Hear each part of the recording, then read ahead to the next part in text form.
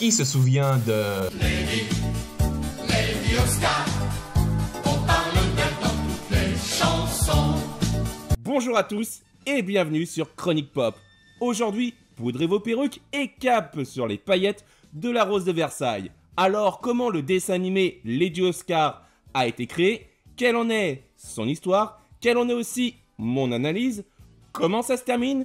Et pourquoi c'est définitivement culte? Retour sur un animé qui guillotine les sentiments plus vite qu'ils ne sont avoués. Écoutez-moi tous. Je suis de fort bonne humeur aujourd'hui et je vais vous raconter une histoire.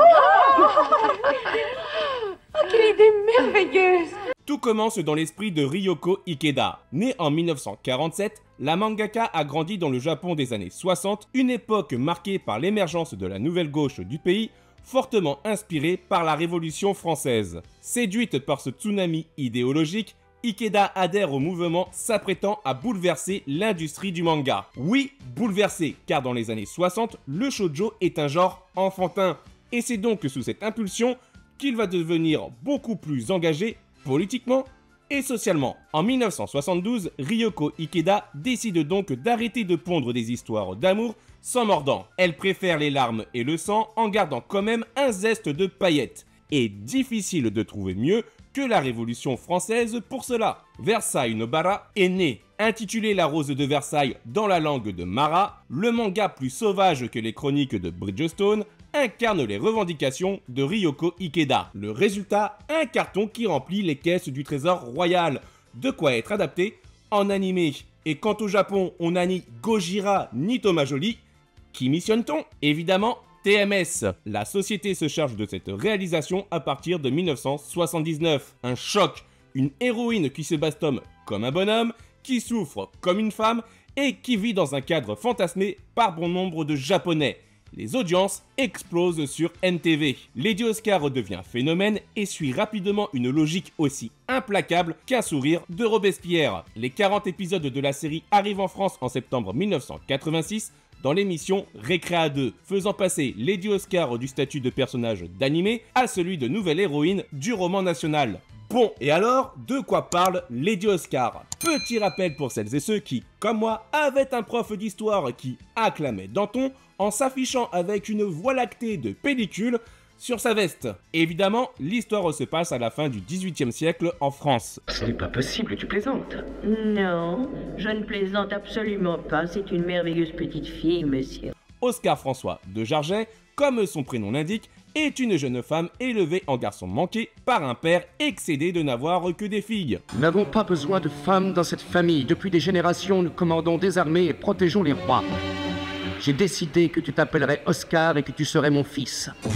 En même temps, c'est quand même la 6e du général de Jarget et lui veut un héritier capable de perpétuer la lignée. Par cette éducation militaire, Oscar devient capitaine de la garde royale en charge de protéger une amatrice de brioche, Marie-Antoinette, une jeune fille appelée à devenir reine de France. Sachez que je le fais contre ma volonté, mais c'est pour ma mère, vous comprenez? Au prétexte de renforcer le traité de paix entre l'Autriche et la France. À travers ce tumulte et les prémices de la Révolution française, un bon nombre de personnages viennent étoffer l'intrigue avec leur propre motivation.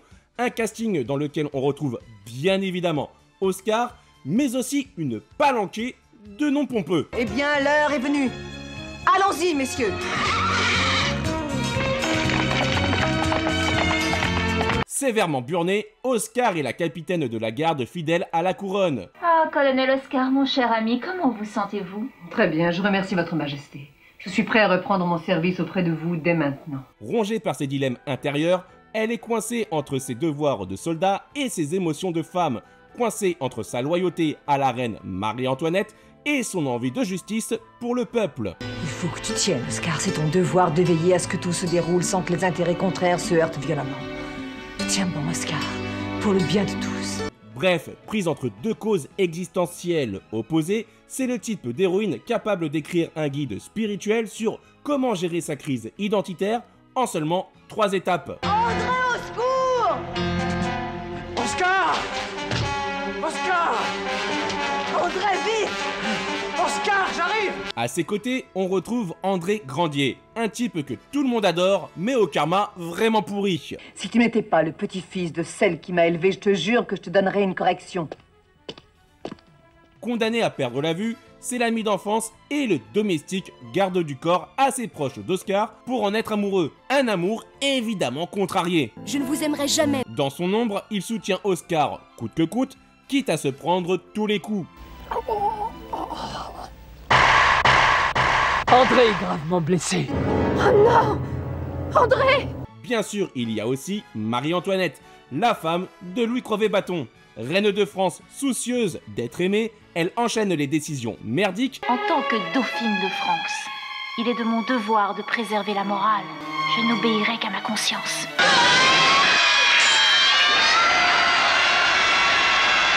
Reste totalement déconnectée de son peuple. Tout le monde m'observe. C'est merveilleux. Je suis la plus grande dame de France. Et est aussi naïve qu'égoïste. Je vous en supplie, Votre Altesse, prenez garde à vous. Tiens, tu vois, je suis grondée parce que tu as fait une bêtise. Ce n'est pas gentil. Marie-Antoinette a été parachutée dans un monde qu'elle ne connaît pas. Oh, mais cela va me poser beaucoup de problèmes. Et reste cette dauphine délaissée par Louis XVI, trop lâche pour avouer ses sentiments. Est-ce que vous accepteriez de danser ? Je ne sais pas danser, mais je vous en prie, dansez, ne vous privez surtout pas pour moi. Oh, mais... Belle, charismatique et attirée par tout ce qui brille, le poids de la cour l'étouffe à en perdre la tête. D'autant plus quand on est dénué de fibres prémonitoires. On retrouve aussi Hans Axel Fersen. Je n'ai vu nulle part merveille comparable à votre majesté. Le BG scandinave qui fout le boxon et qui confirme que l'amour peut être destructeur. Je vous plains. Quel pauvre amour que le vôtre, qui ne se nourrit que de rêves impossibles. C'est l'aimant à problème qui, quand il a posé les yeux sur Marie-Antoinette, marque le début de la fin. Je vous en prie, sachez oublier qui je suis, s'il vous plaît, j'ai si peur. Je vous aime, monsieur de Fersen, parce que j'aime la vie.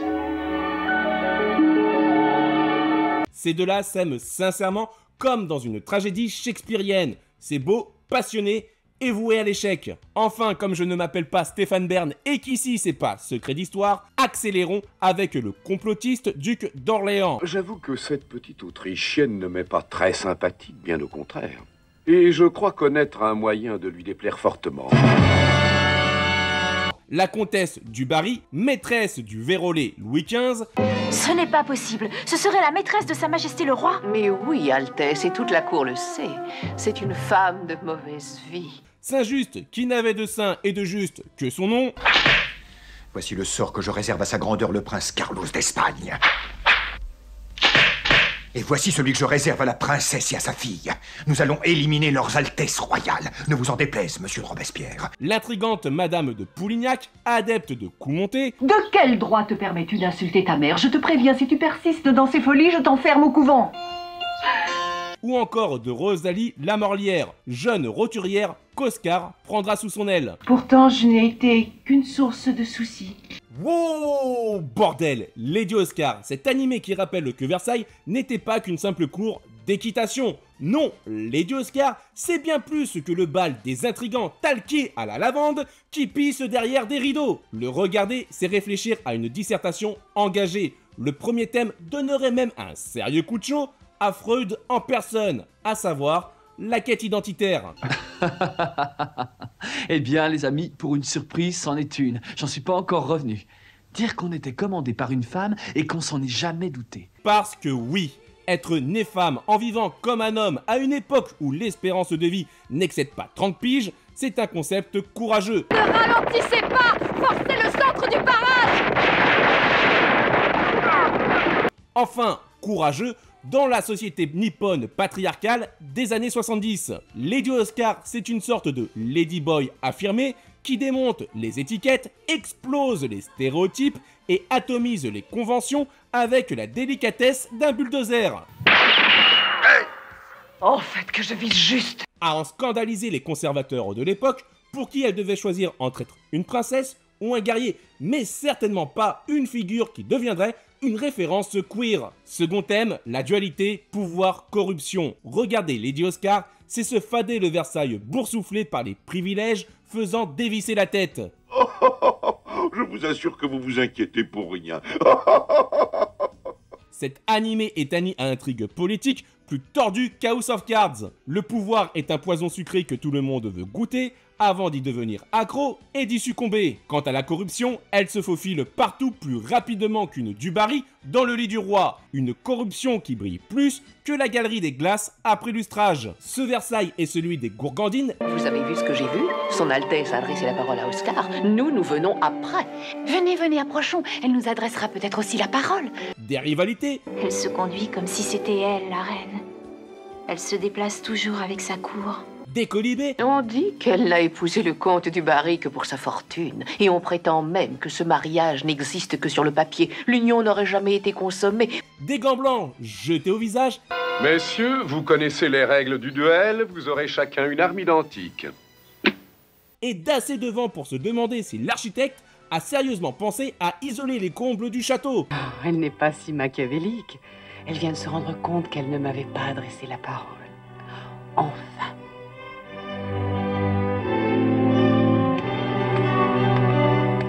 Bonjour, Madame Joel, comment allez-vous aujourd'hui? Merveilleusement bien, Altesse. En somme, c'est une représentation orientée qui manque de nuances. Alors certes, on pourrait se dire que ça ira, mais non, ça n'ira pas pour les puristes, ou même se taper une mention au bac, tant les inexactitudes historiques abondent. Bref, cette réinvention a contrarié les experts qui n'ont pas discerné que Lady Oscar, c'est surtout une succession d'émotions déchirantes. Et autant dire que ça frappe peut-être un peu trop fort.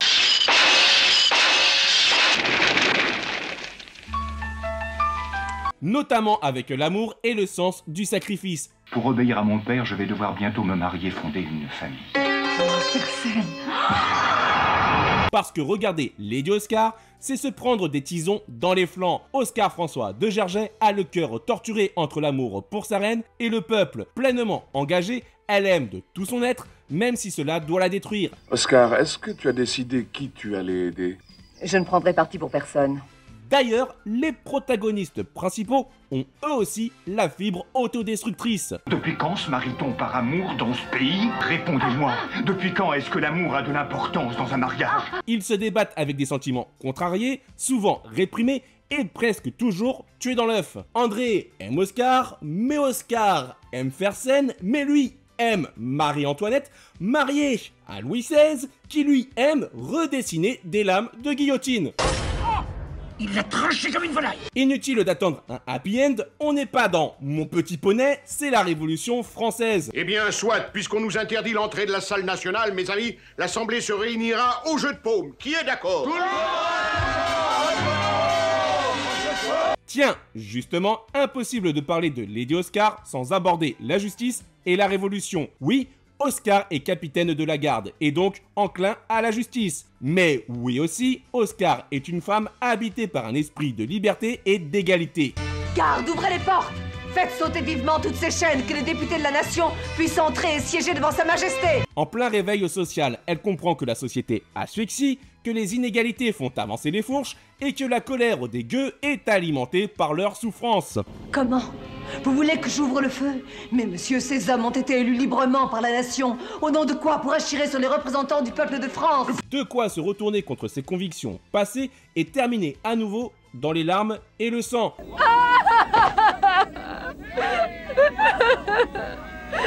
C'est dur, sombre et tragique. Entre décapitation, meurtre et trahison, tous les moments marquants de la Révolution sont là.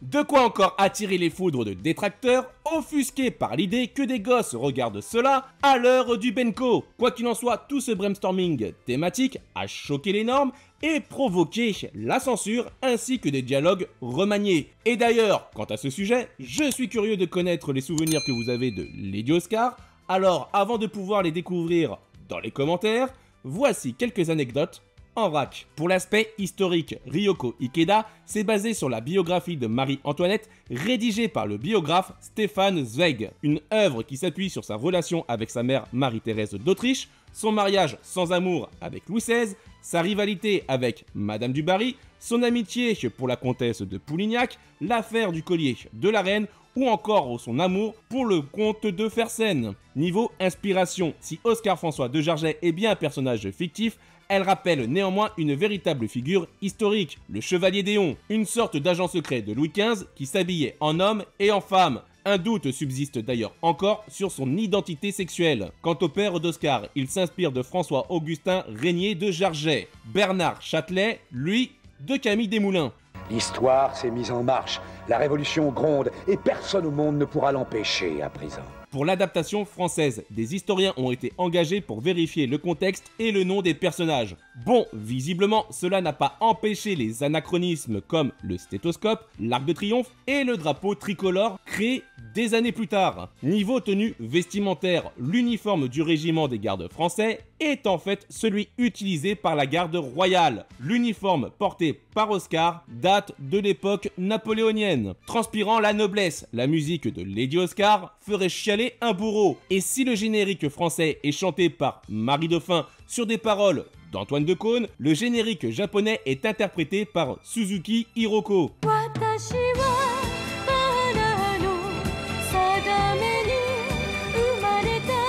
D'ailleurs, niveau musique, difficile de ne pas voir une certaine similitude avec Lady Oscar lorsqu'on regarde le clip Libertine de Mylène Farmer.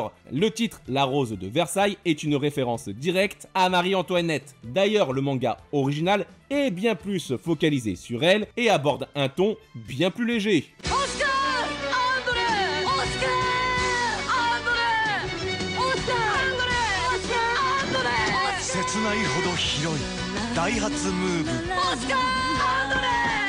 Lady Oscar n'est pas la seule adaptation de La Rose de Versailles, elle n'est d'ailleurs pas la première. Ainsi, en 1974, une comédie musicale a été interprétée par la revue Takarazuka.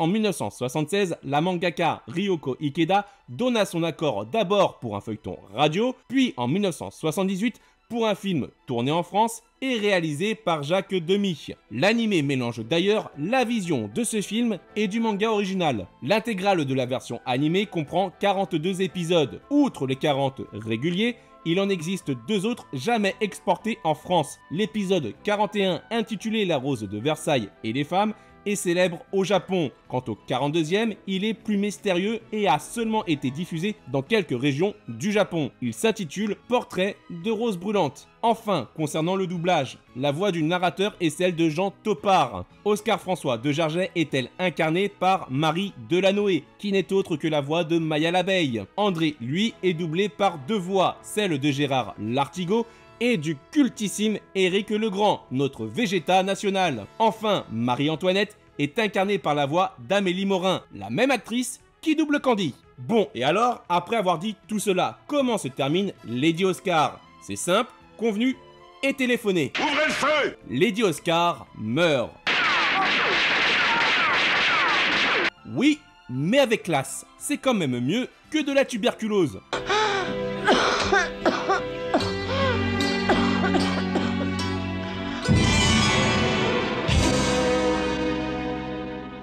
Le cœur en feu, l'épée à la main et du Schwarzkopf plein les cheveux, elle participera à la prise de la Bastille. Quant aux autres... André, tiens bon mon ami, nous allons te trouver un médecin. André meurt aussi, mais avec l'amour sincère et tardif d'Oscar. Qu'as-tu, Oscar? Pourquoi pleures-tu?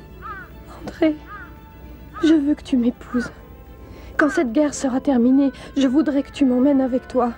Nous chercherons ensemble un charmant petit village.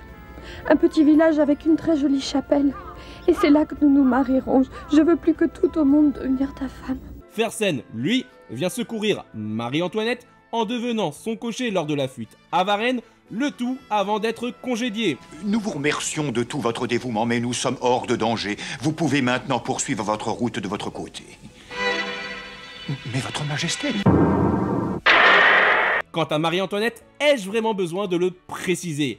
À s'en faire des cheveux blancs en repensant dans sa géole à sa Lady Oscar. Oh mon Dieu, ça me fait tellement bien de songer à Oscar, je l'admirais tant. Oh oui, tant. Toutefois, l'histoire ne s'arrête pas vraiment là, car en effet, lors de la célébration du 50e anniversaire du magazine Margaret, la Shueisha invite Ryoko Ikeda à venir rédiger une tribune. Contrainte en 1973 de terminer rapidement son manga, cela lui permettra d'ajouter des histoires qu'elle voulait ajouter à l'époque. Une collaboration avec la Shueisha qui dure jusqu'en 2018 et qui additionne de nouveaux chapitres comme l'enfance d'André. Ikeda en profite même pour connecter son univers à celui du manga Le Clan des Pots de Moto Hagio, dont elle est fan. Une sorte d'histoire qui se déroule dans l'Europe du 19e siècle et qui met en scène des vampires. Oui, à bas la révolution et vive les chapelets de boudin. Avec plus de 50 ans d'existence, Lady Oscar est devenu bien plus qu'un manga animé. C'est ce phénomène culturel qui a renversé les conventions, brisé les barrières et inspiré des générations en laissant une empreinte influente sur la pop culture mondiale. Oui, Lady Oscar peut être considérée comme l'une des mères fondatrices badass ayant redéfini bien plus que le genre du shoujo. Profond, identitaire et aussi épais qu'un tome encyclopédique, c'est une révolution à elle seule, que ce soit par son féminisme, sa capacité à se remettre en question et à se soulever. Elle dépoussière les styles et bon nombre d'héroïnes fortes et complexes lui doivent beaucoup. D'Utena, la fillette révolutionnaire à Glass Mask, en passant par une ribambelle de Wonder Woman ou de Lara Croft, toutes crèvent l'écran en bottant des culs parce que leur grand-mère Oscar François de Gergais l'a fait avant. D'ailleurs, Lady Oscar est tellement actuelle qu'elle revient ou est revenue en 2025 dans un film animé au cinéma. Alors, est-ce que j'ai aimé Lady Oscar? Franchement, la réponse n'est pas évidente. Bon, ok, niveau costume, on ne va pas se mentir, les uniformes militaires font baver un cosplayer et très certainement que les robes ont inspiré Sofia Coppola pour son Marie-Antoinette. Tout cela est ridicule. Tout cela, madame, c'est Versailles. Bon, ok aussi, que l'on y vienne pour les duels à l'épée, les intrigues politiques ou les cœurs crevés, Lady Oscar est quand même bien plus jouissif que la Marie couche-toi là d'Angélique, marquise des anges. Je me vengerai, je le jure. Mais il y a comme un hic, tout cela respire la récupération politique d'un contexte historique déjà bien manipulé. Oui, cela confirme que certaines obédiences savent définitivement réécrire l'histoire à leur avantage. Et c'est donc pour cette recherche de véracité historique que je préfère me retourner vers Albert le 5e mousquetaire. Toi, fais attention, tu parles trop. Bref, quoi qu'il en soit, ceci n'est que mon avis. Et quant à nous, on se retrouve prochainement pour une autre review d'un animé qui réveillera de sérieux souvenirs.